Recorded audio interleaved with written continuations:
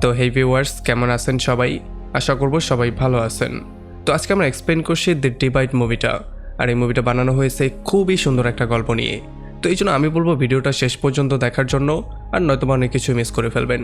তো চলুন কথা না বাড়িয়ে শুরু করি আজকের ভিডিও। তো এই গল্পের শুরুতে আমরা দেখতে পারি নিউ ইয়র্ক সিটির কোনো একটা বিল্ডিংয়ে এভা নামের একটা মেয়ে দাঁড়িয়ে কিছু একটা দেখছিল।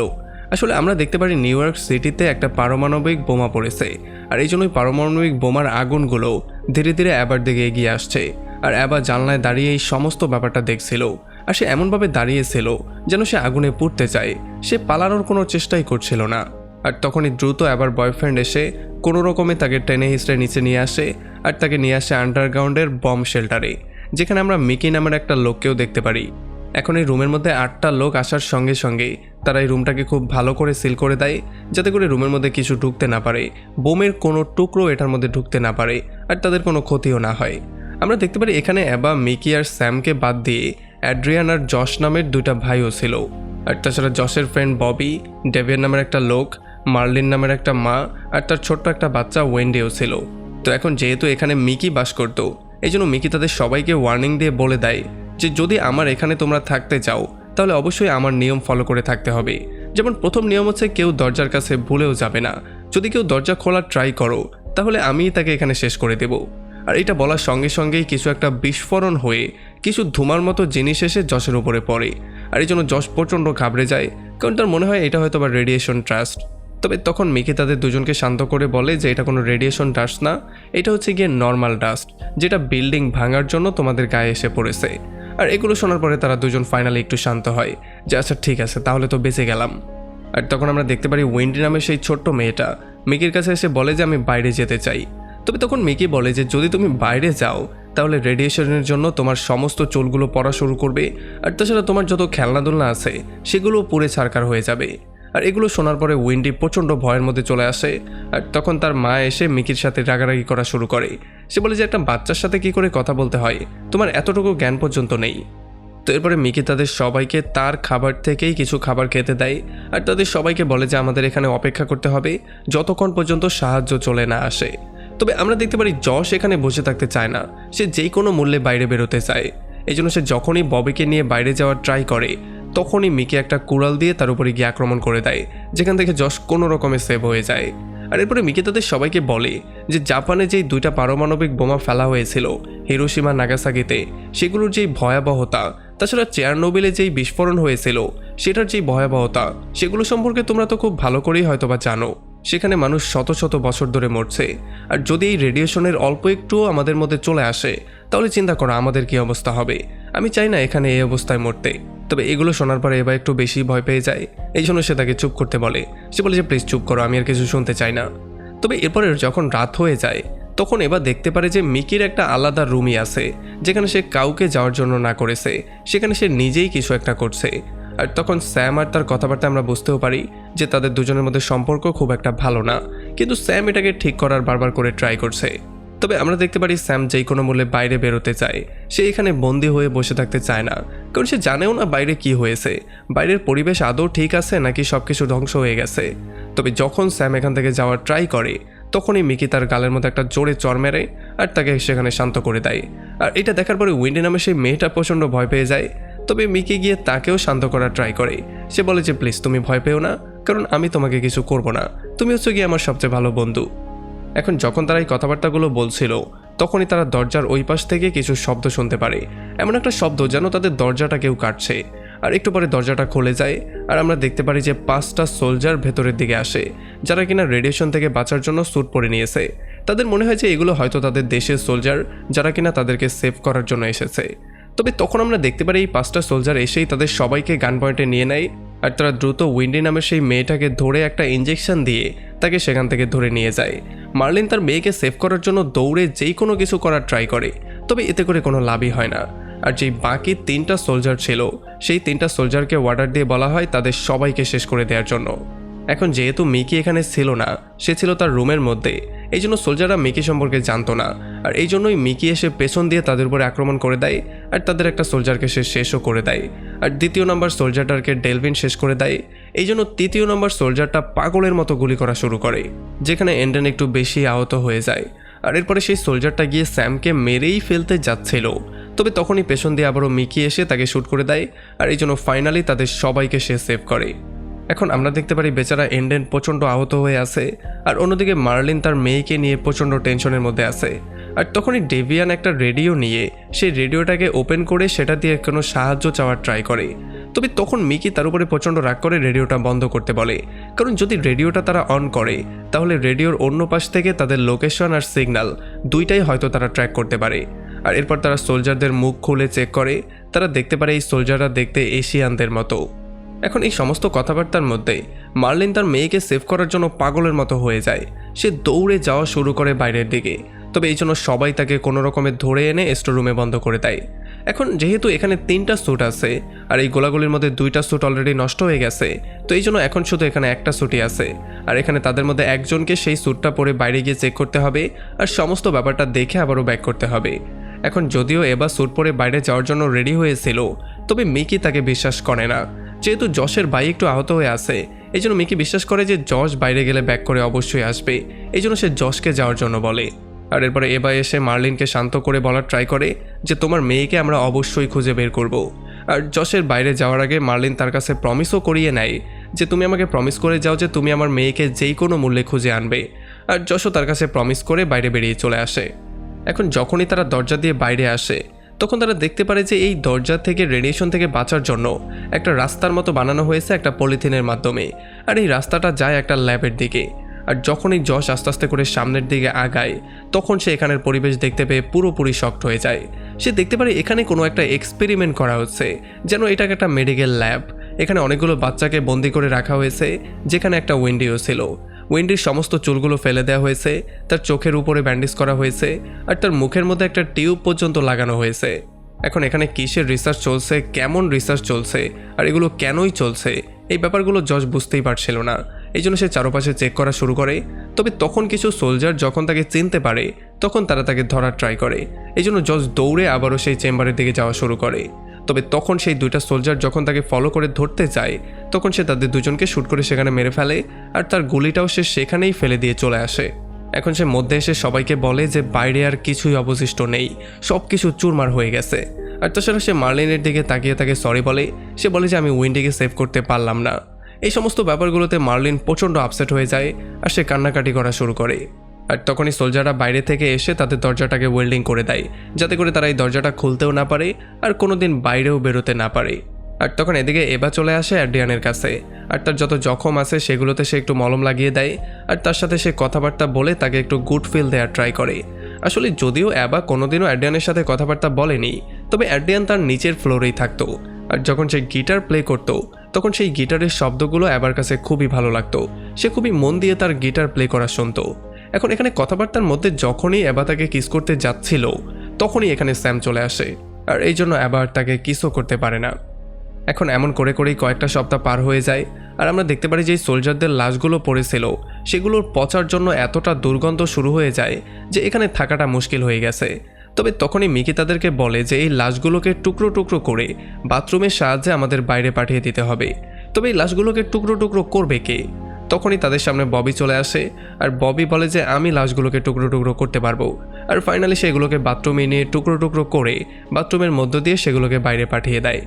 আর তখন এদিকে আমরা দেখতে পারি মার্লিন তার মেয়ের দুঃখ আস্তে আস্তে করে বলছে, আর সে ববির দিকে অ্যাট্রাক্ট হয়ে যাচ্ছে, কারণ ববি সবসময় এসে তাকে সান্ত্বনা দেয় আর তাকে পটানোর ট্রাই করে, এই জন্যই সে ববির দিকে একটু অ্যাট্রাক্ট হয়ে পড়ছে।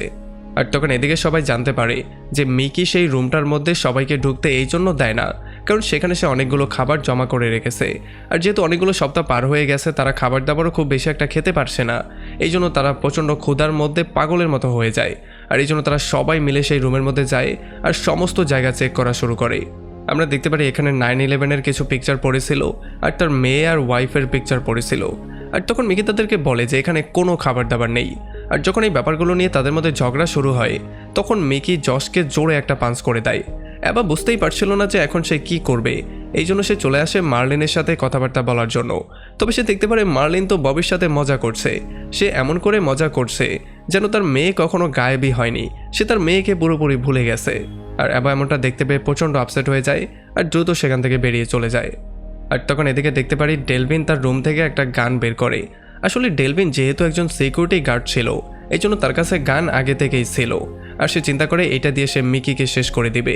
আর যখন সে মিকিকে মারার জন্য রুমের দিকে যায়, তখন অ্যাবাও তাকে দেখতে পারে, আর এই জন্য সেও তাকে ফলো করা শুরু করে।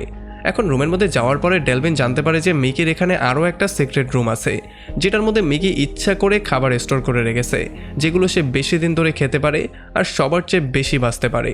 আর এই জন্য যখনই সে মিকিকে শ্যুট করতে যায়, তখন মিকি উল্টো তার গান নিয়ে তাকে শ্যুট করে সেখানে মেরে ফেলে।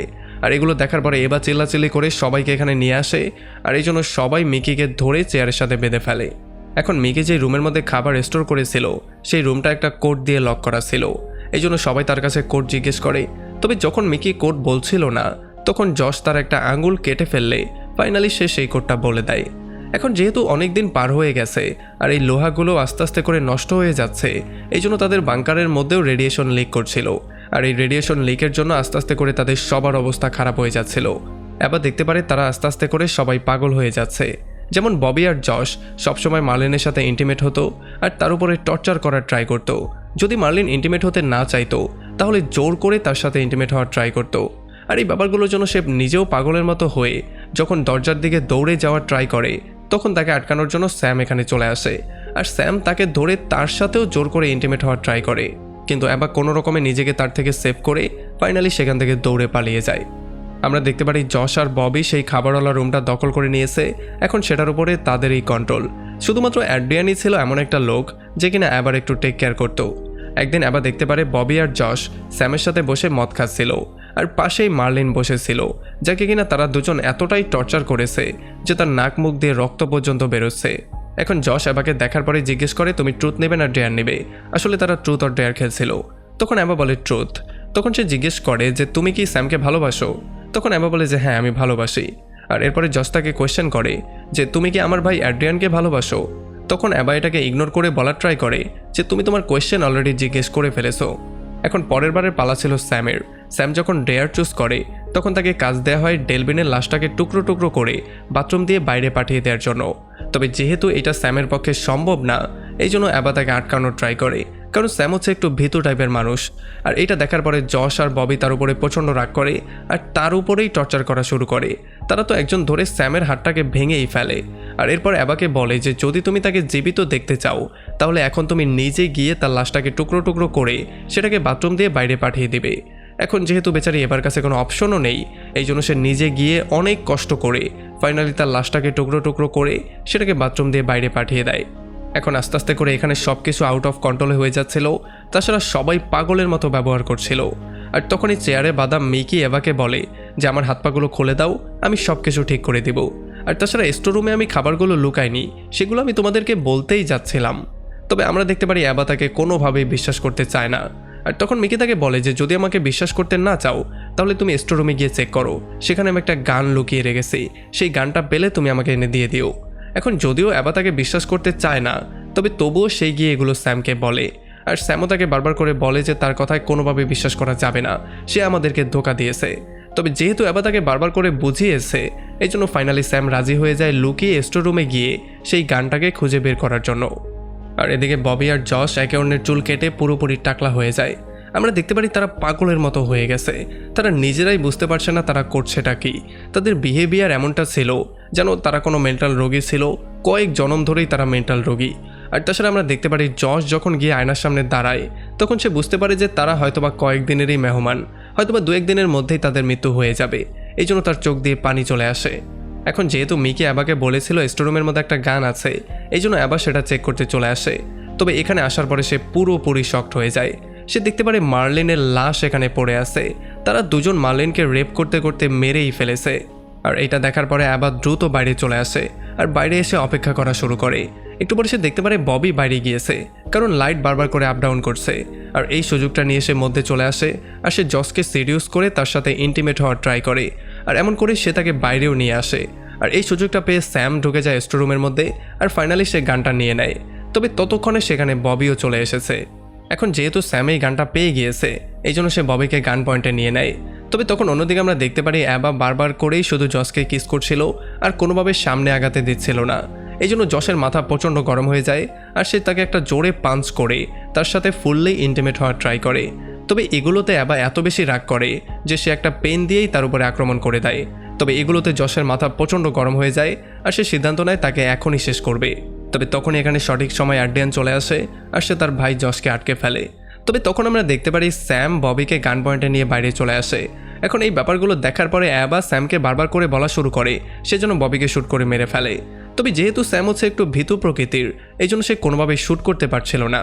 এই জন্য সে প্রচণ্ড ভয়ের মধ্যে গুলিতে চাপ দিয়ে দেয় আর সেই গুলিটা গিয়ে অ্যাড্রিয়ানের গায়ে পড়ে। এই জন্য বেচারা অ্যাড্রিয়ানের সেখানেই মৃত্যু হয়ে যায়। আর যেহেতু এই তাড়াহুড়ার মধ্যে বেচারা স্যামের হাত থেকে গুলিটা পড়ে গিয়েছে, এই জন্য ববি দ্রুত সেই গানটা নিয়ে নেয় আর সে তাকে শ্যুট করে মারার ট্রাই করে। তবে তখন পেছন দিয়ে অ্যাবা এসে তার উপরেই আক্রমণ করে দেয় আর তার গলার মধ্যে কিছু একটা ঢুকিয়ে দিয়ে তাকেই সেখানে মেরে ফেলে।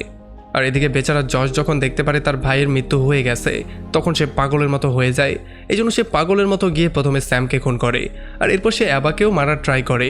তবে অ্যাবা সেখান থেকে দৌড়ে চলে আসে। সে এসেই মিকিকে ফ্রি করে দেয় আর ফ্রি হওয়ার সঙ্গে সঙ্গেই মিকি যশকে একটা শ্যুট করে দেয়। তবে আমরা দেখতে পারি যশ কোনোভাবেই হার মানবে না। সে সেই গুলি নিয়েই তাদের দিকে যাওয়া শুরু করে। একটু সামনে গিয়ে সে নিজের উপরে আগুন লাগিয়ে দেয় যাতে করে তার মাধ্যমে সবাই পুড়ে মারা যায়। তবে মিকি আর অ্যাবা কোনো রকমে তাকে হ্যান্ডেল করে নেয়। আর এরপরে মিকি অ্যাবাকে বলে যে বাথরুমের যেখান দিয়ে লাশগুলোকে আমরা বাইরে পাঠিয়েছি সেই সেপটিক ট্যাঙ্ক দিয়ে চাইলে সাঁতরে আমরাও বাইরে যেতে পারি, আর এটাই হচ্ছে একমাত্র ওয়ে। আর তাছাড়া যেহেতু একটাই স্যুট আছে, তার মানে আমরা একজনই স্যুটটা পরতে পারবো। আর এটা শোনার পরে আবার দৌড়ে চলে যায় সেই স্যুটটা নিয়ে বাথরুমে আর ভেতর থেকে দরজাটাকে লক করে দেয়। আর আমরা দেখতে পারি বাইরে আস্তে আস্তে করে আগুন বাড়ছিল আর বেচারা মিকি বাইরেই আটকা পড়েছিল। আর তখন আবার দ্রুত সেই সেপটিক ট্যাঙ্ক দিয়ে বাথরুমের মধ্য দিয়ে সাঁতরে বাইরে চলে আসে।